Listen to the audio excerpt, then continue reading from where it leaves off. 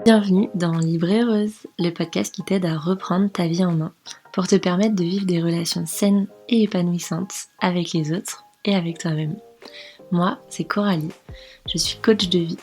J'accompagne les femmes qui souhaitent prendre confiance en elles et vivre la vie qu'elles veulent vraiment. Je pratique un coaching bienveillant, déculpabilisant et ancré dans notre monde et ses réalités systémiques. Bien loin des injonctions à devenir la meilleure version de toi-même, une girl boss ou que sais-je.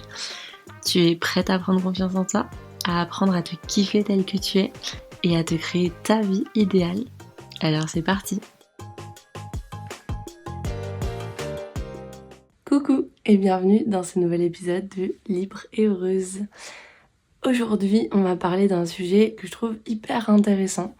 C'est le sujet autour du fait de prendre sa place, avoir une place dans la vie, dans le monde, dans la société, dans sa famille, au travail. Voilà, c'est un sujet qui peut parler un petit peu à toutes, je pense. Et voilà, même si ça peut être dans des endroits différents, dans des moments différents de la vie, je pense que c'est quelque chose qui va t'intéresser parce que moi, c'est un sujet qui revient tout le temps en séance. Et du coup, j'avais hyper envie de pouvoir en parler avec toi aujourd'hui. Ce que moi, je vois et j'entends très souvent, c'est j'arrive pas à trouver ma place. Je sais pas où est ma place. Voilà, un peu toujours ce truc de je cherche un sens à ma vie, en tout cas à ce que je fais ici, donc que ce soit au travail, dans la famille, etc., comme je disais.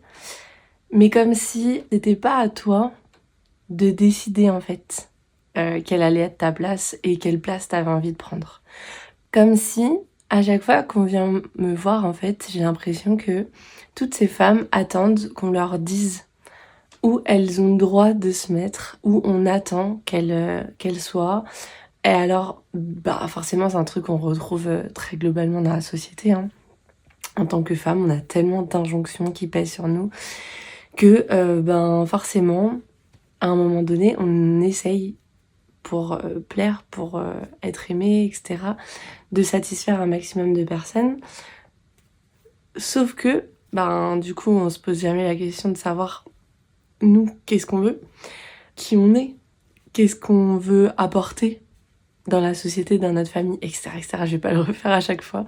Mais voilà, c'est ça qui ressort le plus et je trouve ça hyper intéressant de voir à quel point ça fonctionne pas. Ça fonctionne pas du tout parce que je comprends que ça pourrait être rassurant de se dire, voilà, j'attends qu'on me dise où je dois mettre et puis je me mets. Ça, c'est le principe des plans de table. Et pour beaucoup, ça peut être rassurant quand on est dans des milieux où il y a beaucoup de monde, par exemple, où on connaît pas tout le monde, etc.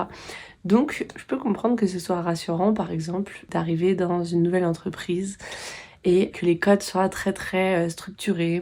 On te montre facilement voilà comment se comportent les gens, donc voilà comment on s'attend à ce que tu te comportes toi, etc. Et ça peut être pareil, voilà qu'est-ce que c'est une famille, donc voilà ce que c'est une maman, voilà ce que c'est une bonne femme de maison, et il faut t'y conformer pour entrer dedans. La réalité, c'est que même avec toutes les injonctions qui pèsent sur nous, même quand on est face à des personnes qui vont avoir des grosses attentes sur nous, ça marche pas. Dans tous les cas, j'ai quand même en face de moi des personnes qui n'arrivent pas à trouver cette place. Parce que, déjà, quand on le fait pas pour soi, on est toujours dans l'attente de la reconnaissance, de la validation, etc. Et ça, c'est des choses, même dans l'environnement le plus bienveillant du monde, on les aura pas. En tout cas, ça nous satisfera pas à 100% parce que, en fait, on recherche cette validation. Pourquoi ? Pour finalement un jour réussir à s'auto-valider. Mais c'est un cercle vicieux, à l'âge adulte en tout cas, de toujours chercher la validation dans le regard des autres parce qu'il y aura toujours des personnes qui seront pas d'accord, qui trouveront pas que c'était la bonne façon de faire, qui trouveront pas que tu te comportes comme il faut, entre guillemets.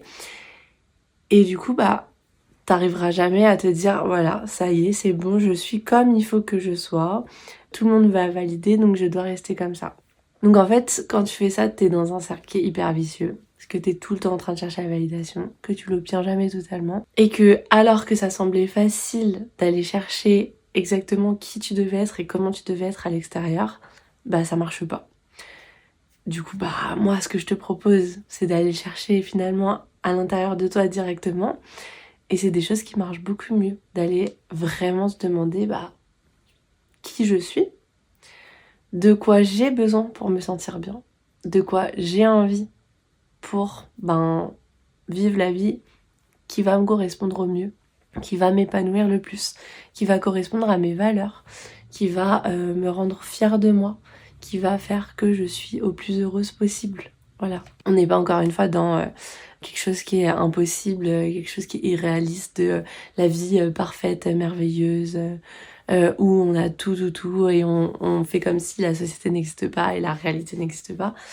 Mais en fait, trouver ta place, c'est aussi chercher à l'intérieur de toi, et d'abord d'ailleurs le faire, pour pouvoir savoir laquelle toi t'as envie de prendre.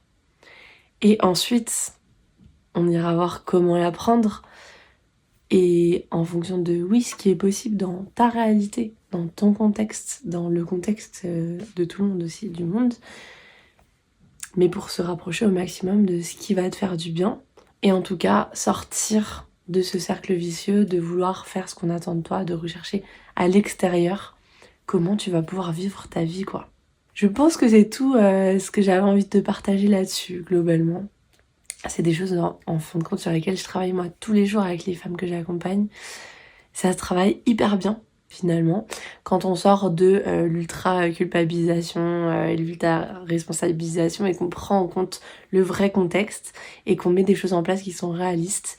Et ça permet de se recentrer sur soi, de se faire du bien et de faire autant que possible que ta vie ressemble à celle que tu as envie de vivre et qui va t'épanouir. Donc n'hésite pas à me contacter si c'est quelque chose qui te pose problème.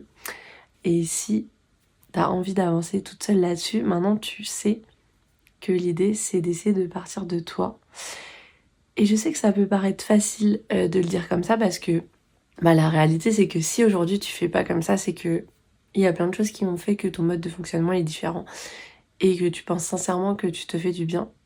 Mais peut-être qu'en ayant compris aujourd'hui avec ce court épisode de podcast que cette manière de fonctionner est hyper contre-productive pour toi, tu pourras tenter de faire autrement. Merci de m'avoir écouté. Je vous dis à la semaine prochaine et prends bien soin de toi. Salut. Merci à toi d'avoir écouté cet épisode en entier. N'hésite pas à lui mettre 5 étoiles s'il t'a plu, à me laisser un petit commentaire pour me dire ce que tu en as pensé. Ça me fera trop plaisir. Et pour ne pas louper le prochain épisode, abonne-toi!